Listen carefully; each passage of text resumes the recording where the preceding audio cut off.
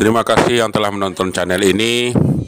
Jangan lupa tekan subscribe-nya, tekan like-nya, tekan lonceng berlangganannya. Bagi yang sudah menekan, ucapkan terima kasih. Sehingga kami dari channel ini bersemangat untuk membuat video-video lainnya. Terima kasih.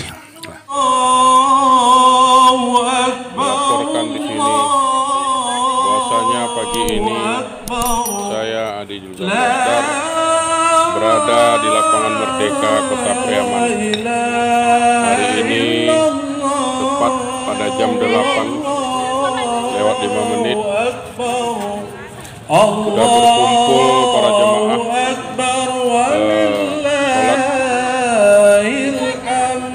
sekali lagi kami bawa Idul Fitri di lapangan Merdeka ini, dan sebentar lagi akan diselenggarakan berada di lokasi sholat yang masih Idul Fitri.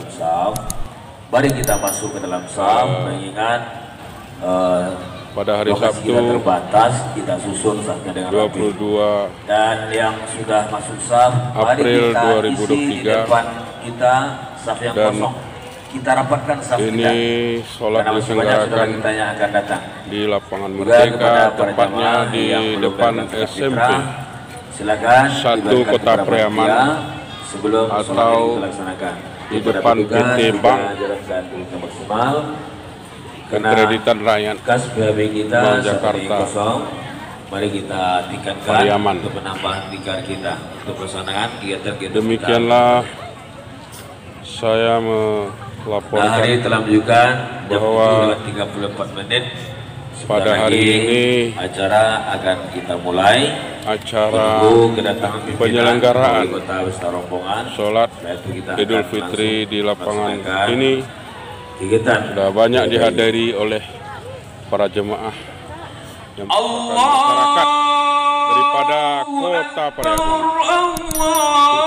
Selanjutnya, marilah Anda saksikan tayangan ini yang terus kami expose di channel Hotman ini. Terima kasih.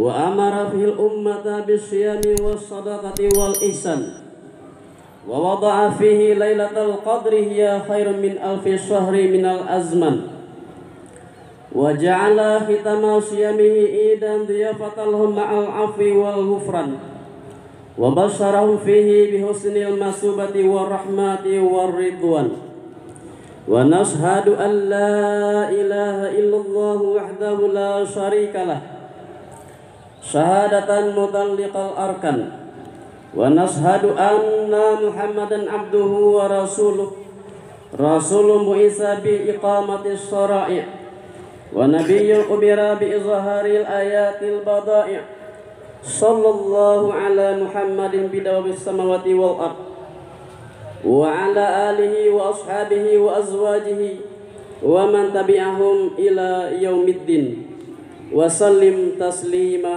كثيرا أما بعد فيا عباد الله أوصيكم وإياي بتقوى الله فقد فاز المتقون قال الله تعالى عز وجل أعوذ بالله من الشيطان الرجيم بسم الله الرحمن الرحيم يا أيها الذين آمنوا اتقوا الله حق تقاته ولا تموتن إلا وأنتم مسلمون وقال أيضا يا أيها الذين آمنوا اتقوا الله وقولوا قولا سديدا يصلح لكم أعمالكم ويغفر لكم ذنوبكم ومن يطع الله ورسوله faqad faza fawzan azima.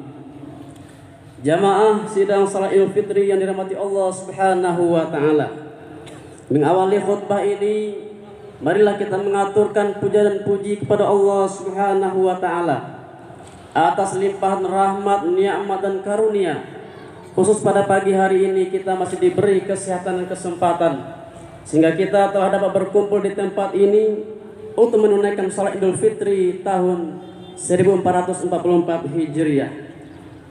Selawat dan salam semoga selalu dilimpahkan kepada Nabi besar Muhammad sallallahu alaihi wasallam yang diutus oleh Allah Subhanahu wa taala sebagai rahmat bagi alam semesta dan teladan terbaik sepanjang zaman. Jamaah salat Idul Fitri yang dirahmati Allah Subhanahu wa taala. Judul khutbah Idul Fitri kali ini ialah realisasi takwa setelah berlalunya Ramadan.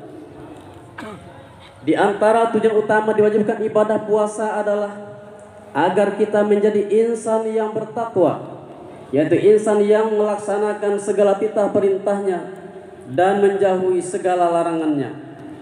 Dalam surah Al-Imran disebutkan sifat-sifat orang yang bertakwa. A'udzubillahi minasyaitonirrajim. Bismillahirrahmanirrahim.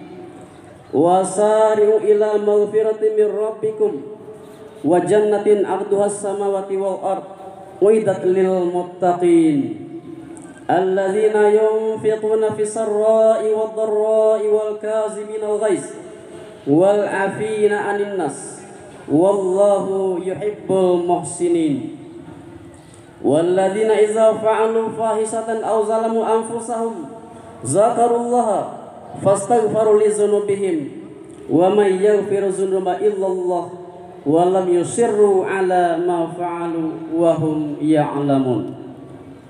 Bersegeralah kamu mencari ampunan dari Tuhanmu dan mendapatkan surga yang luasnya seluas langit dan bumi, yang disediakan bagi orang-orang yang bertakwa, yaitu orang-orang yang berinfak baik di waktu lapang maupun sempit, dan orang-orang yang menahan amarahnya dan memaafkan kesalahan orang lain, dan Allah mencintai orang yang berbuat kebaikan.